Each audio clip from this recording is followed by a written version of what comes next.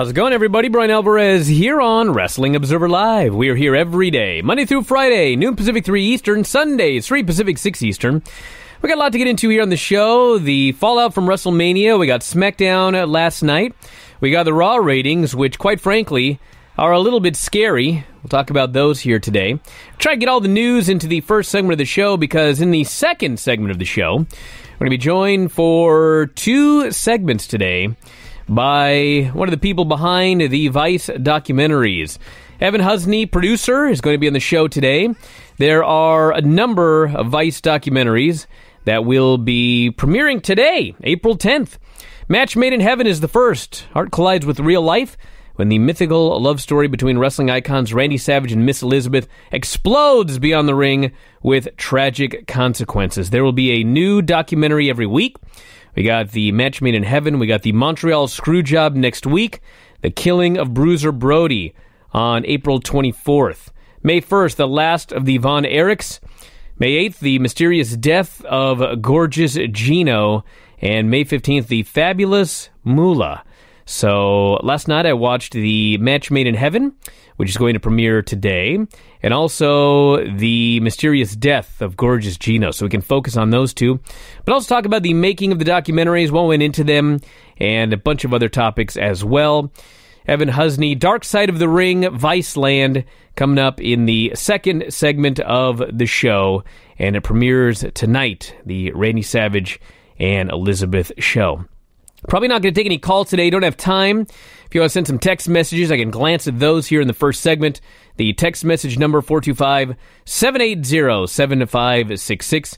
We'll get into the news with Mike Sempervive after the break and everything else. No phone calls is noted, so if that's you calling, boom, I just X'd you out. Don't call. Back in a moment to kick it off, everybody. Wrestling Observer Live. Back in the show, Bryan Alvarez here, Wrestling Observer Live. Mike Sempervive, also of WrestlingObserver.com. Let's start today with these Raw ratings. This is the Raw after WrestleMania. Biggest show of the year. Becky Lynch won, Kofi Kingston won, Seth Rollins won, Brock Lesnar's gone, whole 9 yards. Raw last night, Monday night, averaged 2.92 million viewers, by far the lowest for the show in history for the day after Mania. Biggest Raw number they've done since August 20th. Seems to indicate it will be difficult to hit 3 million viewers this year. You don't say. Although next week's Superstar Shakeup episode should challenge this show as the highest rated for the year. Hurt going up against the NCAA basketball final. 19.63 million viewers on CBS.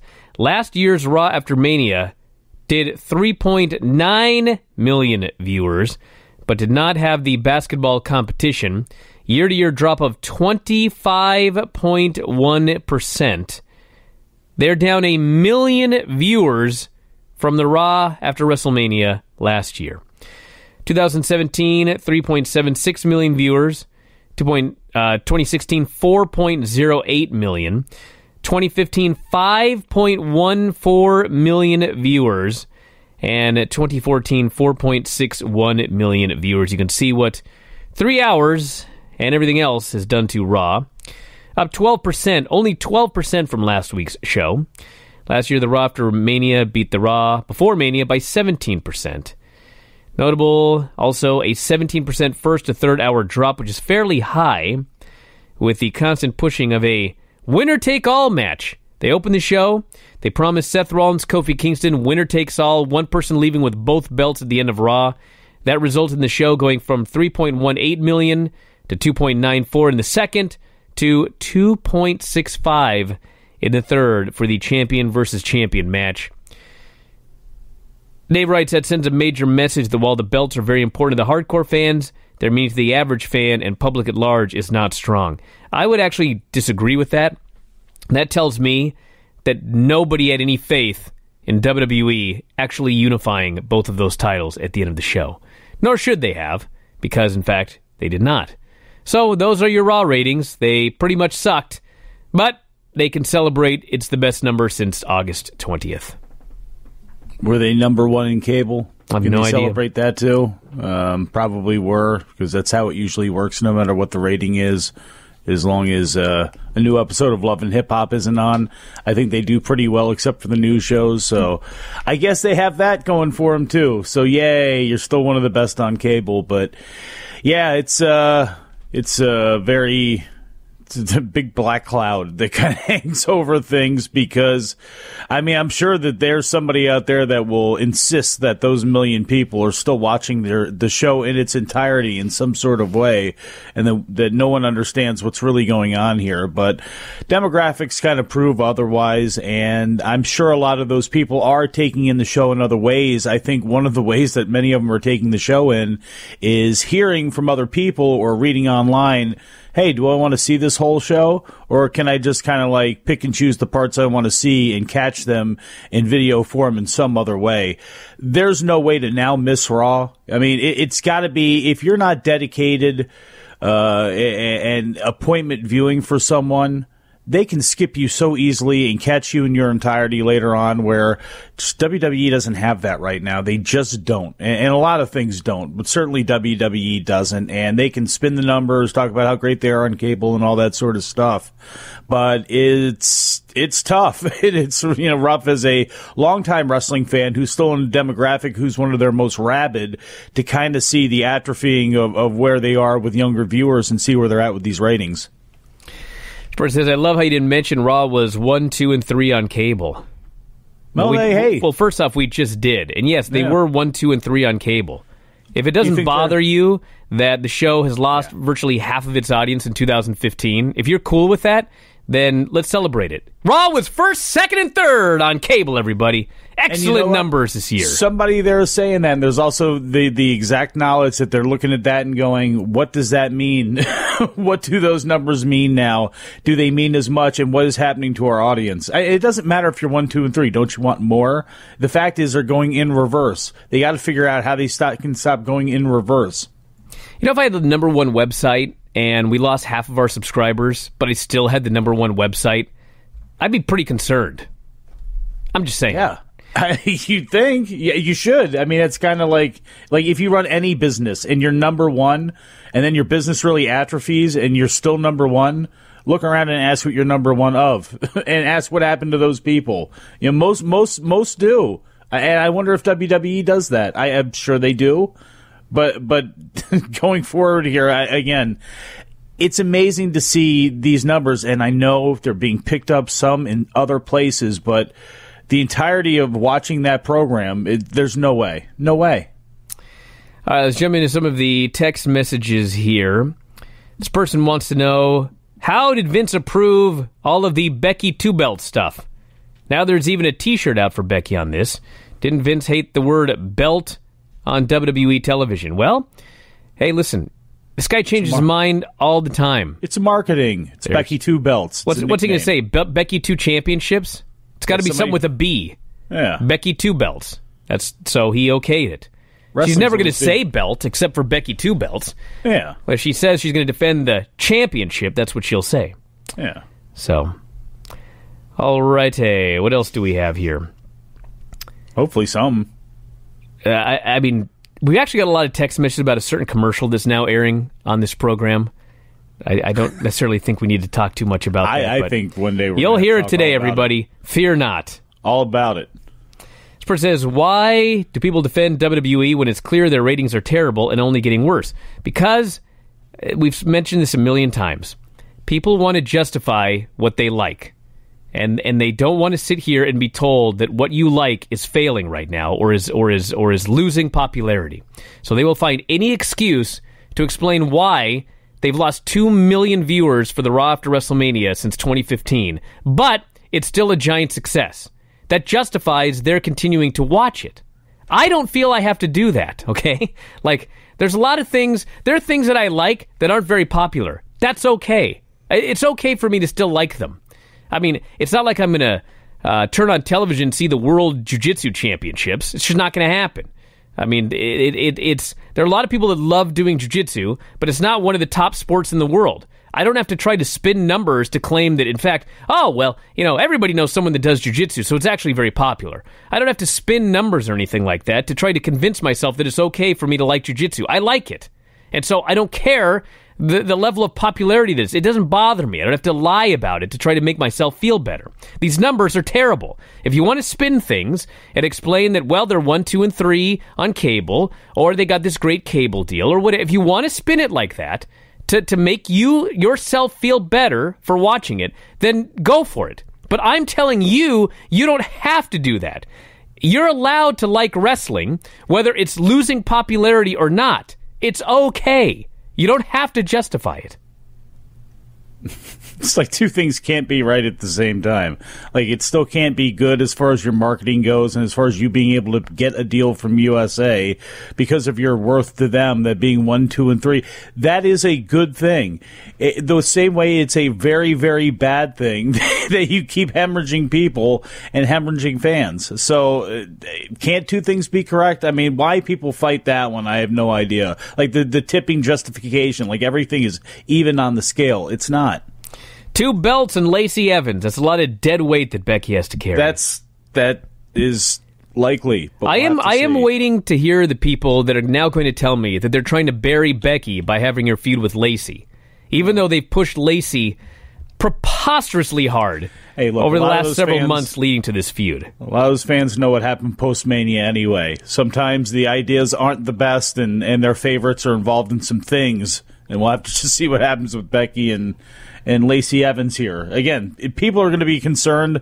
If they were concerned before with Becky and her status, they're going to be really concerned now that a blonde that checks off a lot of boxes for Vince McMahon, including being not very good in the ring, they're going to be up against their woman. So what team do you think Paige will be bringing to face the Iconics next week? I've seen people say various teams, including Vanessa and Aaliyah or the Sky Pirates. I'm praying it's the Sky Pirates. But I don't know. But I do know that after the break, I'm going to talk Vice. Back in a moment, Observer Live. Back here on the show, Bryan Alvarez here, Wrestling Observer Live. Mike Sempervive, also of WrestlingObserver.com. Very happy to be joined today by Evan Husney, producer, Dark Side of the Ring, Viceland, Wednesdays at 9 p.m., premiering today. The Match Made in Heaven, Randy Savage and Elizabeth. There are a number of documentaries upcoming, including April 10th, tonight, as noted, Randy Savage, Elizabeth. April 17th, the Montreal Screwjob. April 24th, the killing of Bruiser Brody. May 1st, the last of the Von Erichs. May 8th, the mysterious death of gorgeous Gino Hernandez. And May 15th, the fabulous Moolah. And Evan, how you doing today? Good, man. Thanks so much for having me on. So, the first question here. Well, first off, actually, let's start with this. This has been in the works for a long time. I feel like forever, actually. And I guess let's just start at the beginning. When did production and work on all of this begin? What have been some of the hurdles to get this stuff going? Sure. Well, I was working at Vice as a staff producer there, working on various documentaries, short form, long form stuff. And the Bruiser Brody story kind of fell into my lap around probably about 4 years ago as something that just really captivated me. And my partner and I, Jason Eisner, who directed the episode and also directed all the episodes of the series, we're best friends, and we've known each other for a long time and have been wrestling fans our entire life. And we just, as soon as we got a hold of that story and really kind of researched it and looked into it, we were like, we really wanted to turn that into like an epic documentary, long form piece in some way and make it really cinematic. Kind of like we wanted to make the Errol Morris, Thin Blue Line version of the Bruiser Brody story. And it wasn't really until Vice's TV network got started where something like that, of that size and ambition, would be possible. And so they gave us that opportunity. I pitched the show, I think, in late 2016, I want to say.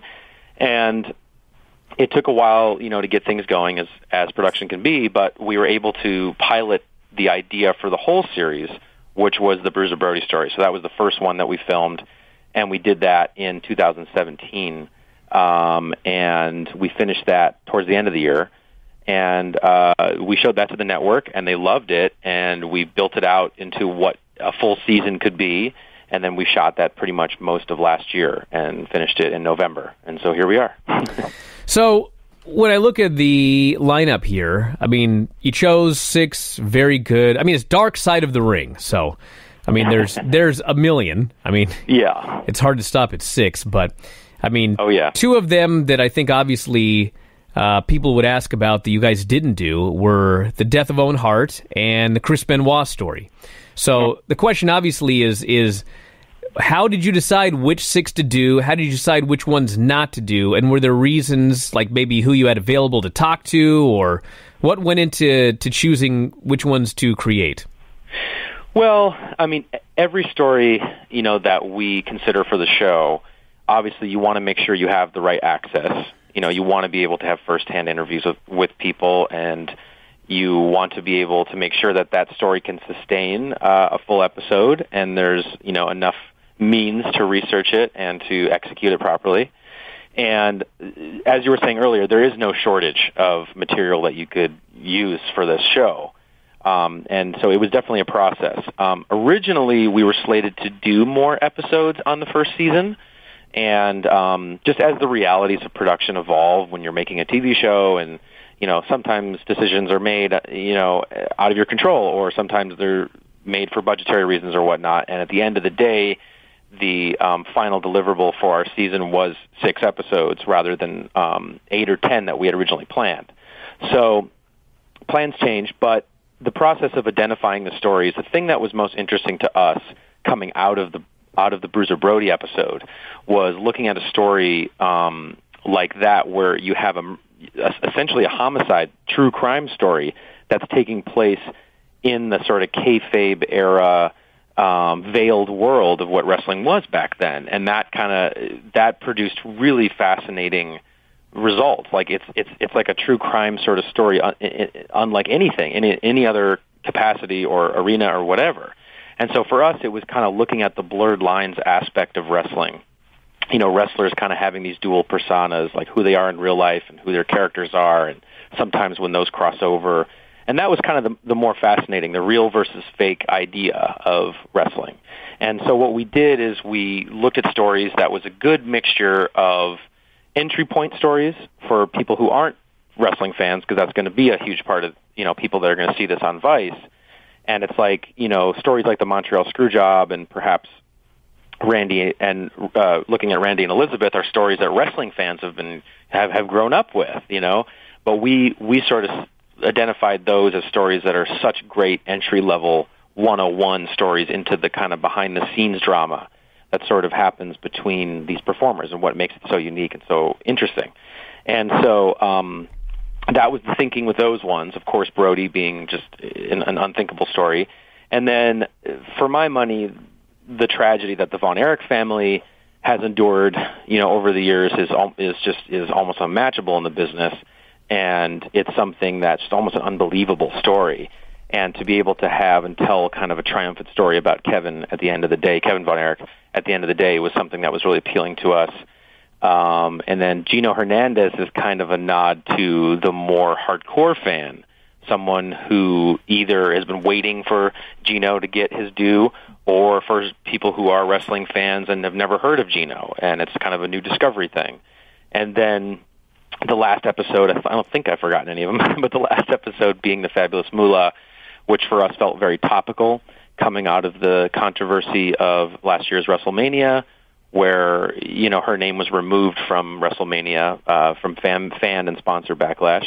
And that was interesting to us, just given, the time frame that we're sort of in now, with kind of a, where certain celebrities' legacies are being redefined and kind of looked at through a different lens, and how art is kind of, should art and artist be separated? And so we wanted to kind of be part of that conversation and look at that. And, Moolah has a very complicated history, and that was one of the things that we wanted to do with that episode.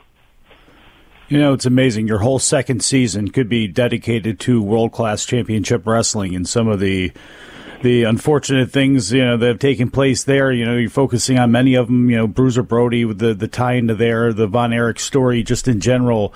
Yeah. And of course with Gino Hernandez. With the Bruiser Brody story, I had a chance to see that, and it is just, it's breathtaking when they talk about his passing. And one of the things that people have always met resistance with in doing anything about the Bruiser Brody story is on the island of Puerto Rico, where this is still a nasty issue. Did you even bother to try to meet with anybody and talk with anybody down there, or how exactly did that work? Because there are still people to this day that will speak in hushed tones worrying about what could happen. Yeah, without a doubt. And we did, or we made our best attempts to.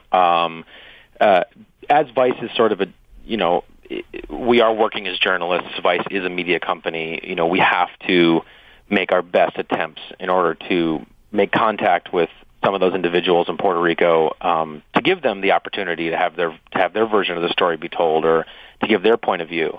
And unfortunately, the two key people in that instance in Puerto Rico, declined to be interviewed, which is acknowledged at the end of the piece.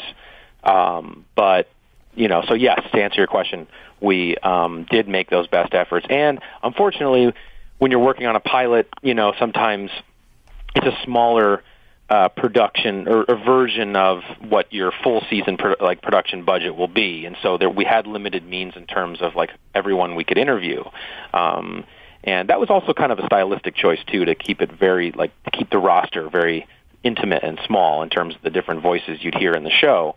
But we did manage to connect with Savio Vega after we had actually shot everything, unfortunately. But his details on the story too is kind of a great a bonus to one of the things that we cover in our episode, and I think he did an interview with Jim Cornette that's really fascinating for anyone who wants to check that out. Yeah, now, I'm sorry, Brian. Just want to ask, one of the differences in the story happened to be between, was there a meeting that Abdul the Butcher was involved with because before leaving the island, talking to the guys. Wrestling is filled with guys who have, the whole thing about having three versions of the story, and one of the versions maybe in the middle might be the truth, but in wrestling you just never know. How difficult was it, and how do you take that in as a journalist and as a documentary maker, with wrestling being a lot of interesting personalities with different takes on the same subject? Absolutely. Well, I'm glad you brought that up, because that's actually something that was really fascinating to us in the process of making this entire show, where you would find everyone kind of has their own version of what, history sometimes. And I think that's, I think you would find that a lot in almost any other entertainment business. For example, my dad's in the music business, and, there's tons of people who've taken credit for things or rewritten history in certain ways, and you can find a lot of crossover with that. But for us as journalists and, documentary filmmakers, it was really fascinating. That's kind of a fascinating thing. And the reason we included that moment that you're referring to in the Bruiser Brody episode, where there's a clear disconnect between the way two guys remember something, is to kind of examine or shed light on that very idea. Well, actually, hold on. Hold that thought for 1 second. We're right up against a break. Back in just a moment. Wrestling Observer Live. Back on the show, Bryan Alvarez here, Wrestling Observer Live. Mike Sempervive, also of WrestlingObserver.com. We're talking the Viceland documentary starting tonight, The Match Made in Heaven. Evan Husney is here, and we cut him off right before the break, so Evan, I'll let you continue, and then we'll move on. Sure. Yeah, I was just going to finish essentially the idea of different subjects on our show having different recollections of the way things went down, 20, 30 years ago, was something really fascinating to us. And rather than trying to always seek our own truth, that we wanted to leave little moments in the show to kind of remind people that, this is something that happened 20, 25 years ago and 30 years ago, and that people will remember things. Memory has an effect on people, and there might be, what really did happen. It kind of throws everything open a little bit. So that to us was just really fascinating, and just wanted to remind people of that, that the show is kind of seen through the point of view of the people telling the story, more so. So during the commercial, I got 9 million messages from people in the U.S. and Canada saying, where can I watch these documentaries? Yeah, we should address that. So the show is airing on Viceland. Viceland is a TV network, a cable network that you can go to Viceland.com, and there's an easy way there to find how you can find what channel it's on your cable provider. Additionally, if you're outside the U.S., there will be, Viceland is in a lot of those markets. However, it's not going to be in Canada or Europe or any of those other places until later on in the year, but it'll be soon, and we're going to announce that. So you should follow us on Twitter at DarkSideOfRing or Instagram at DarkSideOfTheRing, and we're going to be posting all the information there on future air dates. So the show that airs tonight, Match Made in Heaven, Rennie Savage, Miss Elizabeth. Yeah. One thing that I thought was interesting was, obviously, Lex Luger is a very important part of this story.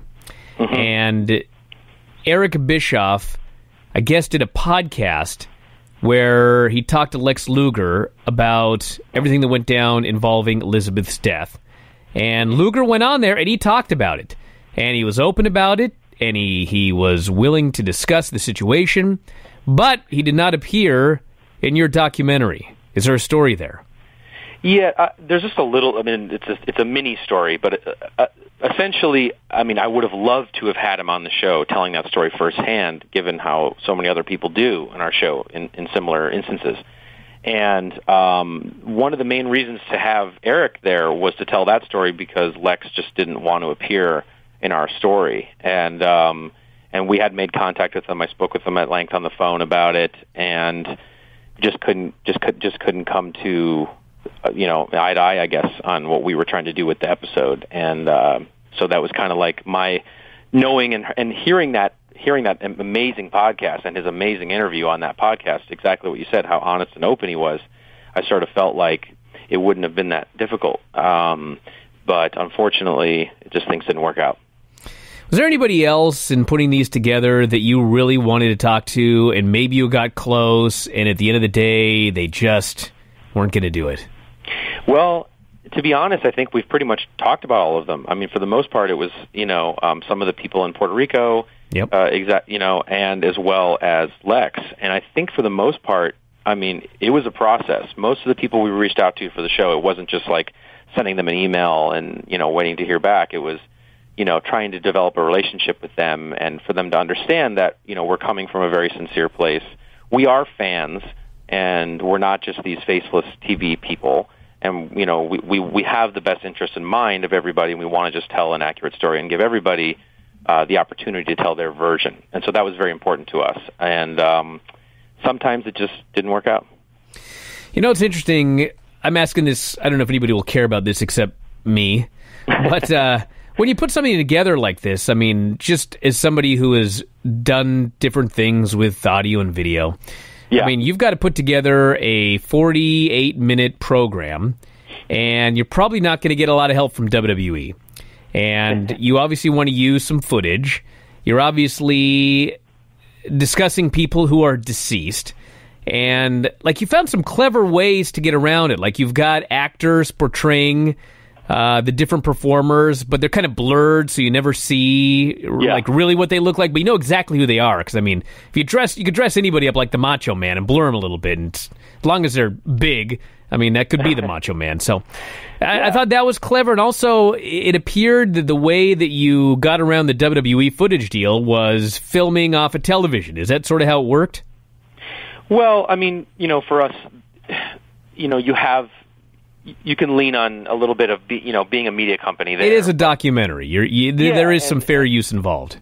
The thing for us was really using the reenactments as a mechanic, right? That was the thing that we really knew that, there's not going to always be footage of, people didn't have cell phones, so you're not going to know exactly what happened in the locker room in Puerto Rico, or sure, in some of the more backstage moments during the screw job, for example, or just those moments that the show is kind of about. And so what we really wanted to do is try and find a way to, inspired by several other documentaries that we love, we just really wanted to find a way to kind of be different with our reenactments, not do it like a Forensic Files type approach, with period locations, and because we wanted to make something trippy, and we wanted to make something surreal and look dreamlike. That also kind of definitely dreamlike. Yeah, exactly. Like, and it kind of echoes the faded memories of some of the people who are telling these stories, which is cool. And it kind of is like in this weird wrestling purgatory, as we call it, that kind of space. And that was it was so fun just to cast, indie wrestlers from around the country that we could find that could play some of these characters, and it was awesome. So with the killing of Bruiser Brody, I mean, the guy got murdered. Okay, the circumstances, everything like that, I mean, whatever, but, I mean, the guy was killed, okay? Mm-hmm. Mysterious death of Gorgeous Gino, I mean, this is a mystery. I mean, you have people that believe that he died of a drug overdose. You have people that believe that he was murdered. And I guess, at the end of the documentary, I mean, as a viewer, you largely feel like the question has been answered. And I say largely because there's still one thing. I'll just tell everybody. I mean, the autopsy. It's interesting what is listed on the autopsy report compared to what we know about Gino Hernandez. So, I mean, that there is still a mystery there. Yeah. But for the most part, when it's over, you feel like you know what the answer to this mystery is. Okay? So tell us about putting it together. I mean, what did you know going in? Did you believe one way or the other, whether he had been murdered or died of an accidental overdose? Did you have to change everything around when you got certain information that ends up in the documentary? I guess just talk about the creation of that one. Sure, I could go on about this forever, but basically, in short, I'll tell you that my opinion wavered daily almost while we were shooting this, because new information would come in. We would get access to new people to speak on camera and so on and so forth. And this episode is the most exciting one to me in a lot of ways because it's really almost pure journalism, where all the other episodes were kind of retelling something that some people have heard before. This one was all new and just walking into darkness, essentially. And so for us, like, it was an amazing breakthrough. Well, I'll just say that I heard on, I think it was like Bruce Pritchard's podcast, where he had just given a quick history about about Gino Hernandez and the rumors around his death from his time working in Houston, and that's what got me really interested. Like, whoa, I'd never heard of this guy before, and so we really kind of went into this episode on a wing and a prayer, hoping that there would be a real story here, and that really didn't come into fruition until we spoke to Gino's mother, who's still living, which was just a complete surprise to us. And we got a hold of her, and hearing her story over the phone to us about what her experiences have been like, that she's been living in fear for 30 years. And I'm only saying this as a teaser, not as a spoiler, but, and really living in fear, of opening up to tell her story was something that, like, sent chills down my spine. And it was, like, literally like, oh, my God, we got a story here.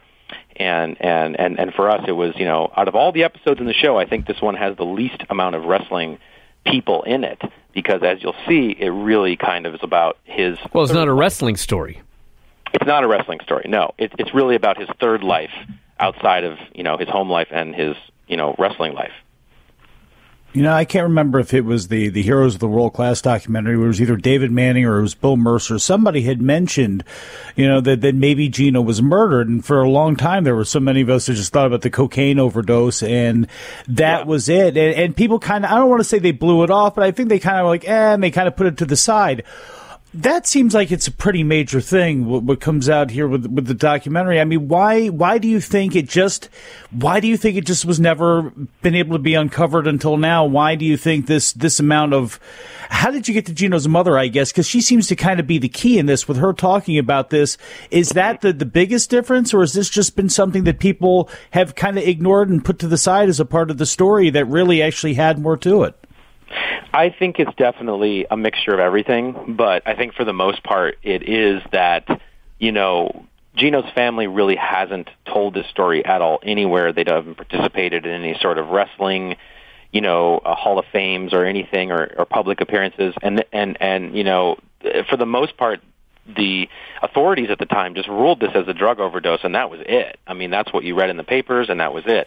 And it's only survived to this point just based on a handful of people who worked with Gino in certain territories and were like, I don't know, man, like, he was hanging around some shady people, and then other people talking about how they saw, like, a Scarface amount of cocaine, like, in his residence, and like, what's that all about?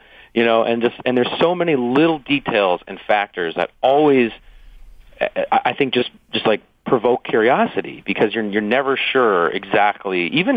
There's even some things, as you said earlier, Bryan, about how there's details that, even in the autopsy report that are still suspect even after the resolution of the show.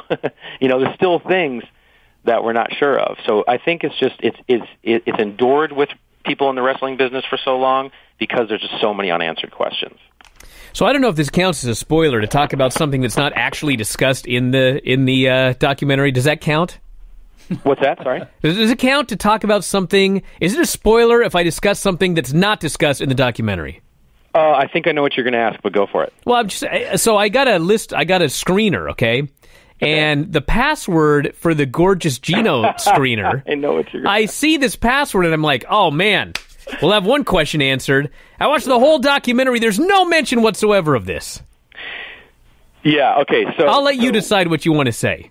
No. I will say this. I can answer. Okay, so basically the question is, there's been a rumor for decades on who Gino's biological father was. Yes. And a lot of people over the years, wrestlers, people in the business, people who are fans, have always felt or, believed that Gino's biological father was Paul Bosch, who was the promoter of Houston Wrestling. And, that's always kind of one more alluring part of his whole story.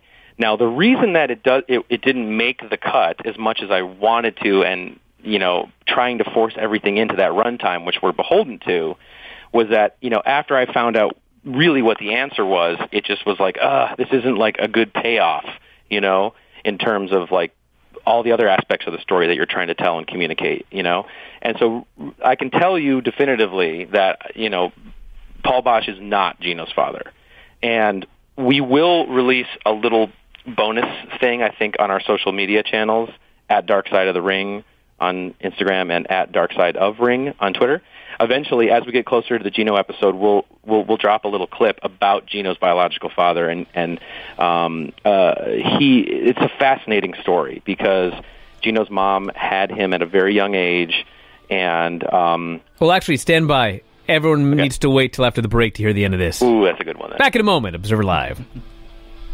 Back in the show, Bryan Alvarez here, Wrestling Observer Live. Mike Sempervive, also of WrestlingObserver.com. We only have a brief moment here. So, Evan, very quickly, the story of the father of Gino Hernandez. Well, I'll just say that this will be released in a bonus feature that we'll put on our social media platforms. But essentially, spoiler alert, Paul Bosch is not Gino's father, and we will have more to tell on that. And so you should look out for that in the coming weeks as we get closer to the Gino episode. All right, Dark Side of the Ring on Viceland, starting tonight, 9 o'clock p.m. Match Made in Heaven with Randy Savage and Elizabeth. There are 6 episodes upcoming, running through the 15th of May. And obviously, as noted, I believe Viceland.com, you can head over there and find out how you can watch these episodes. And there's a bunch of social media to talk about as well. So, Evan, let's jump into that real quick. Sure, yeah. You can follow us on Instagram at Dark Side of the Ring, or on Twitter at Dark Side of Ring. And I also wanted to mention, on top of Viceland and getting it on your cable, you can also watch each episode the day after it airs on Viceland.com and on iTunes. Well, there you go. Catch it there, too. There you go. That's easy for everybody. Yep. So check it out the next day on the website and on iTunes. And I want to thank you so much for doing the show here today. The documentaries I've seen, great, especially the Gino one. I'll try and get the rest of them watched. Maybe we can do this again before all of them wrap up. That would be awesome. I love that. Thanks so much. And, of course, thanks, Mike, as always. Callers and listeners, everybody in the studio. We'll talk to you again next time. Wrestling Observer Live.